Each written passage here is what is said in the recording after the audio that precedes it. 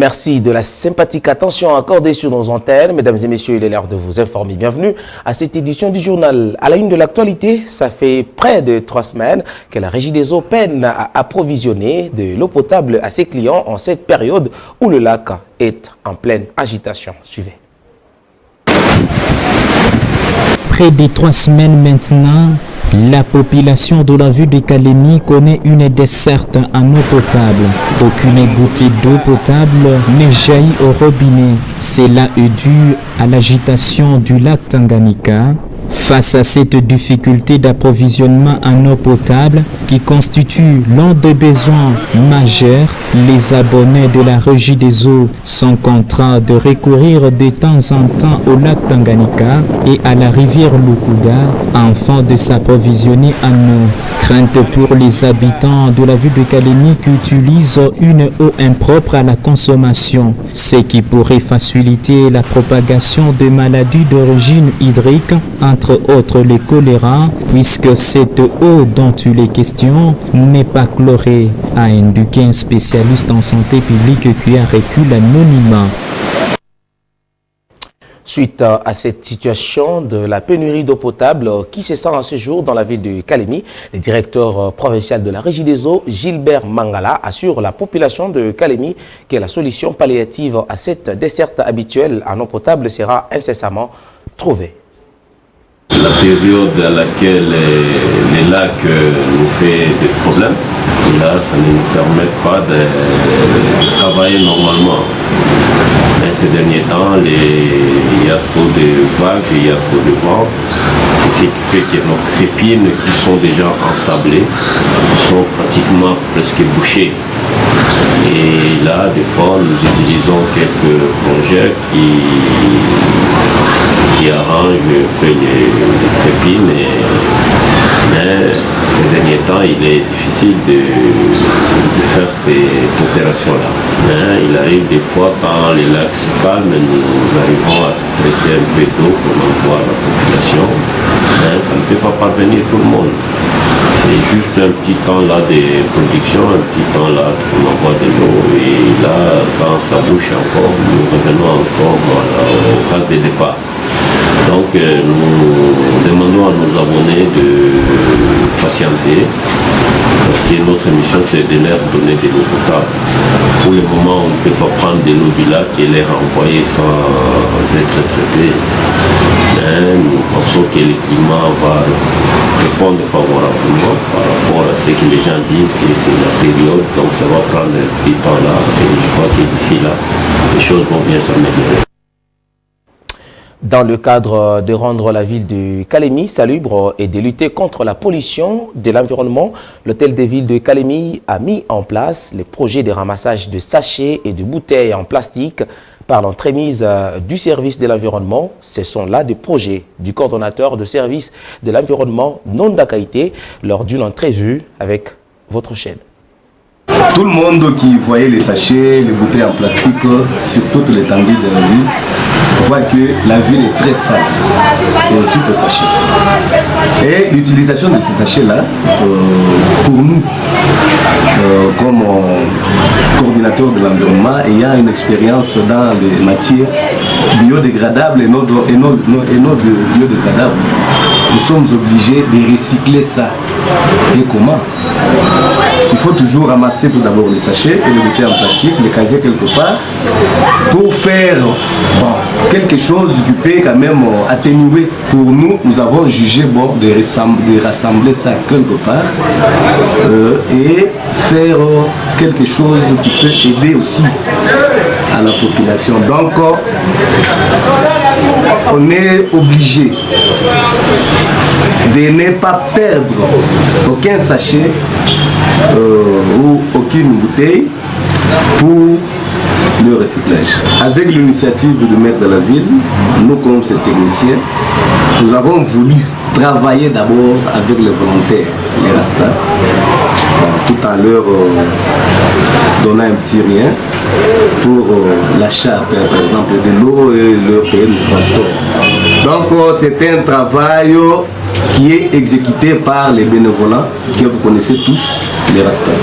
Parce que nous allons pas seulement ramasser les sachets, nous allons commencer même à détruire pendant cette période et les déchets non biodégradables. Donc l'idée du maire de la ville, qui est là, Gédéon Kanama Kabouji, son idée est de rendre la ville de Kalemi propre. Tout celui qui a des déchets, s'il a un véhicule, qu'il passe d'abord annoncer à la mairie. Nous allons montrer là où on va aller jeter ça. Parce que nous avons besoin de récupérer les sachets. Scientifiquement parlant, il y a moyen, avec les techniques que nous avons appris ailleurs, de fabriquer même des pavés. Le quartier Katanika, l'un des quartiers les plus anciens de Kalemi, se trouve en séjour dans la stabilité. À en croire le chef de ce quartier, les habitants n'ont pas assez à se plaindre car ils reçoivent régulièrement l'eau propre et reçoivent des soins appropriés.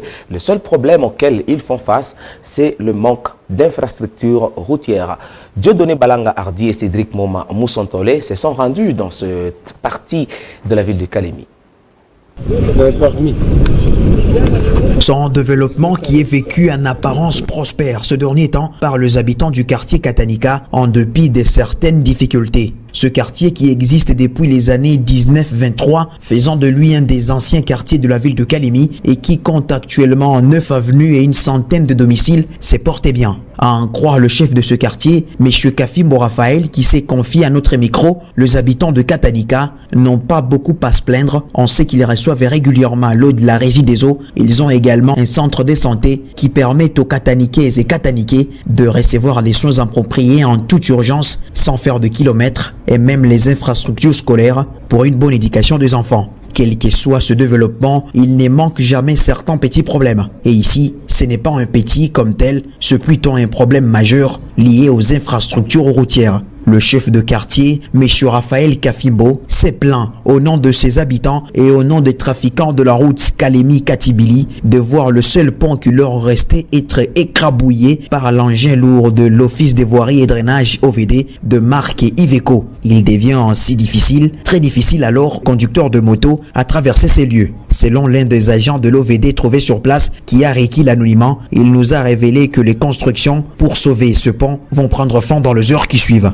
Outre, un autre problème se pose, c'est le problème d'électricité. Les poteaux sont déjà bien incorporés dans le sol en attendant juste l'arrivée d'un transformateur. Les habitants du quartier Katanika peuvent donc se réjouir car leur grand pont, qui est en cours de construction, va bientôt arriver à sa fin. Un couple de quinquagénaires a été trouvé mort à son champ dans les villages de Moulemboué, distant d'une vingtaine de kilomètres de Kalemi Centre, ce lundi 6 juin dernier, tué par des flèches, a-t-on appris de sources familiales. Ces illustres disparus, dont M.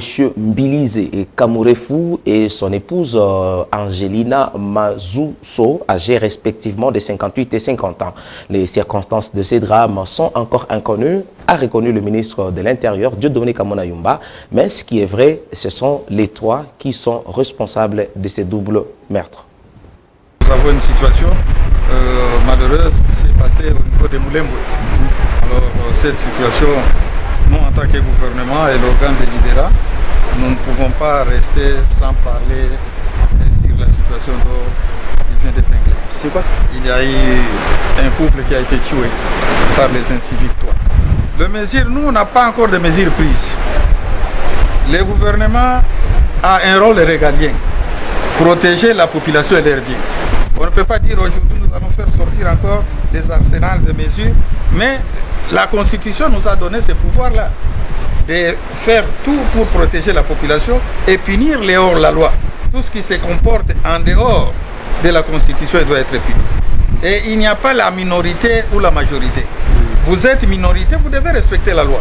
Vous n'allez pas vous permettre de faire du n'importe quoi. Ce n'est pas normal. Et je vous assure, il n'y aura pas un autre dialogue. Tous ceux qui sont en train de tuer par les flèches, ils doivent être arrêtés et acheminés devant les cours des tribunaux pour subir la rigueur de la loi. Est-ce que les tués sont déjà arrêtés? Oui. Les tués. La situation est arrivée. Oui. Mais ça, on laisse dans le domaine militaire. Bonne nouvelle pour les agents publics de l'État retraités avant l'année 2017 ou ceux décédés en cours de carrière. Désormais, ils sont transférés à la CNSAP.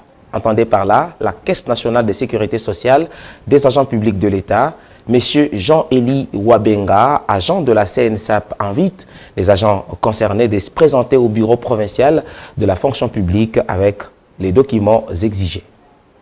Le communiqué concerne tous les agents publics de carrière qui étaient déjà mis à la retraite depuis des temps anciens jusqu'avant l'année 2017. Et si ce n'est pas eux, c'est donc ceux qui sont retraités, donc les familles qui ont commencé à toucher leur part des pensions pour les agents qui sont décédés. Ce sont là les deux catégories de personnes qui sont concernées.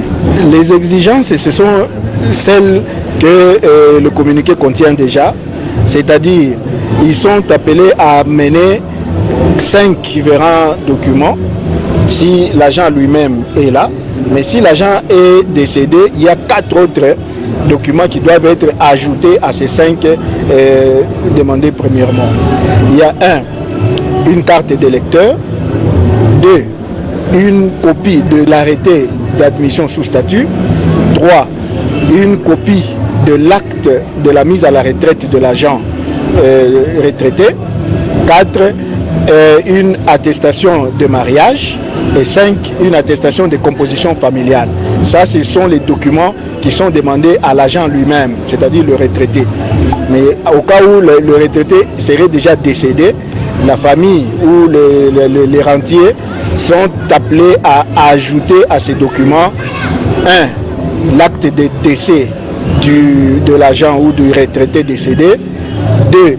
L'attestation de veuvage, 3. La copie du procès verbal du conseil de famille qui a désigné le liquidateur, et 4. L'attestation de fréquentation de tous les enfants qui sont encore scolarisés. Il n'y a pas de limite possible par rapport à ça. La limite, c'est seulement par rapport à notre mission ici. Alors, nous sommes là dans le Tanganyika jusqu'au 8 juillet. Mais ici à Kalemi précisément, c'est jusqu'au 14 juin. Le dernier message, c'est pour appeler tous les concernés à venir se présenter pour l'identification ou pour le contrôle des dossiers, parce que cette opération consiste à intégrer tous les agents publics qui étaient jadis payés par le mode octroyé, parce qu'ils sont déjà déversés au niveau de la Caisse nationale de sécurité sociale des agents publics de l'État.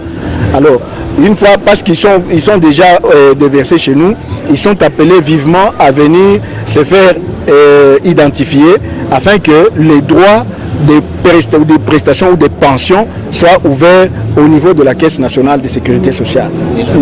Pour le moment, le bureau qui est ouvert pour eux, c'est au niveau de la division provinciale de la fonction publique. C'est à côté de l'OVD. Parlons sport. 2 sorties, 2 défaites. Voilà le bilan mitigé de Fauves Congolais aux éliminatoires de la Coupe d'Afrique des Nations Côte d'Ivoire 2023. Après avoir perdu le samedi dernier contre les Panthères du Gabon, les Léopards se sont inclinés à nouveau ce mercredi face aux Crocodiles du Nil du Soudan par un score de 2-1. Une défaite qui a été à la base du limogeage de l'entraîneur Hector Cooper.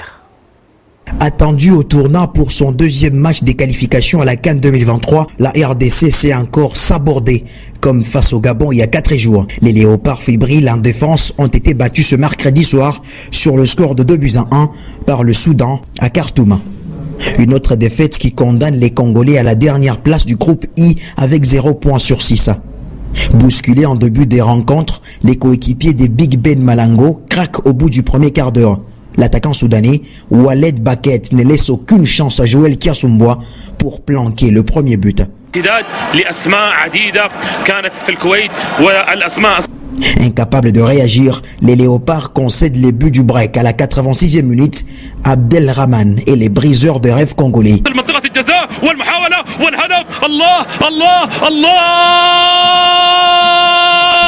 La réduction du score par Jonathan Bolingui dans les arrêts de jeu ne change rien au sort salé du match. Nouveau revers pour la RDC dans cette campagne éliminatoire de la CAN Côte d'Ivoire 2023. Les chances de qualification ne sont plus intactes, presque déjà compromises. Il va falloir désormais calculer. Est-ce la défaite des trop pour Hector Raoul Cooper, déjà très critiqué après l'échec au barrage de la Coupe du Monde? L'Argentin qui a du mal à se départir de ses lacunes de coaching a encore prouvé ce mercredi soir qu'il n'est pas l'homme de la situation. Et pour terminer, les médias et journaux parus ce matin dans la ville capitale Kinshasa ont fait leur une de nouveau sur la visite du roi de Belge, roi Philippe et son épouse en République démocratique du Congo. Mesdames et messieurs, place à présent à la revue de presse.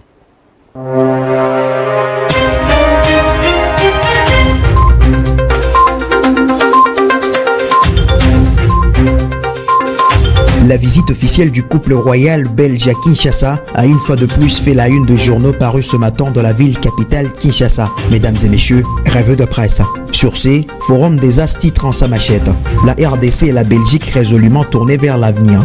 Dans cet article, ce quotidien cite le roi Philippe qui, lors de son discours populaire, a réaffirmé ses plus profonds regrets pour les blessures du passé colonial. Les souverains belges, indique ce journal, s'exprimaient face à plusieurs milliers de Congolais rassemblés pour l'occasion sur l'esplanade du Palais du Peuple, siège du Parlement. Le tabloïd note que le roi Philippe, de même que son hôte, le président Félix-Antoine Tshisekedi, a annoncé une nouvelle ère de l'histoire entre Kinshasa et Bruxelles. Le chef de l'État congolais, qui s'était adressé à l'assistance des instants plus tôt, n'a pas dit autre chose, fait constater Forum des As. Votre présence parmi nous constitue une raison de croire en la concrétisation de la nouvelle approche de nos relations qui se voudrait davantage privilégiée, indique Félix Tshisekedi, repris dans les colonnes de ce journal. La prospérité dit constater les renforcements de relations diplomatiques entre Kinshasa et Bruxelles. Ce journal note également que la Belgique et la RDC décident désormais de regarder dans la même direction. Le tabloïd fait remarquer que les échanges sur le projet de développement et la coopération militaire constituent le point de départ de cette nouvelle page d'histoire qui s'ouvre pour ces deux amis. Pour ce quotidien, le Royaume de Belgique veut regarder la RDC comme le plus privilégié de ses partenaires en Afrique, ce que le roi Philippe a ouvertement avoué mercredi 8 juin au cours d'une adresse faite au Palais du Peuple devant Félix-Antoine Tshisekedi Tshilombo, président de la République, qui, lui aussi, dans son mot, a réaffirmé sa ferme volonté d'œuvrer davantage pour consolider les bases de la coopération belgo-congolaise.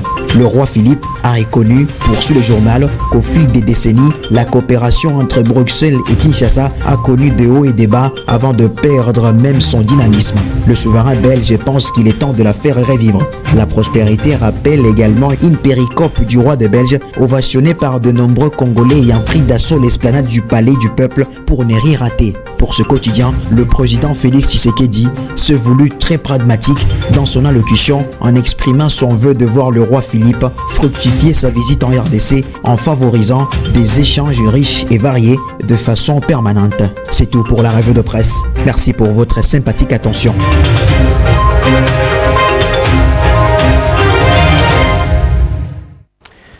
RTGT, une chaîne pour l'avenir du Tanganyika, tel est notre slogan. Suivez-nous encore sur la page YouTube RTGT Kalemi. Voilà, mesdames et messieurs, ce journal est terminé. Merci à vous de l'avoir suivi. À très bientôt.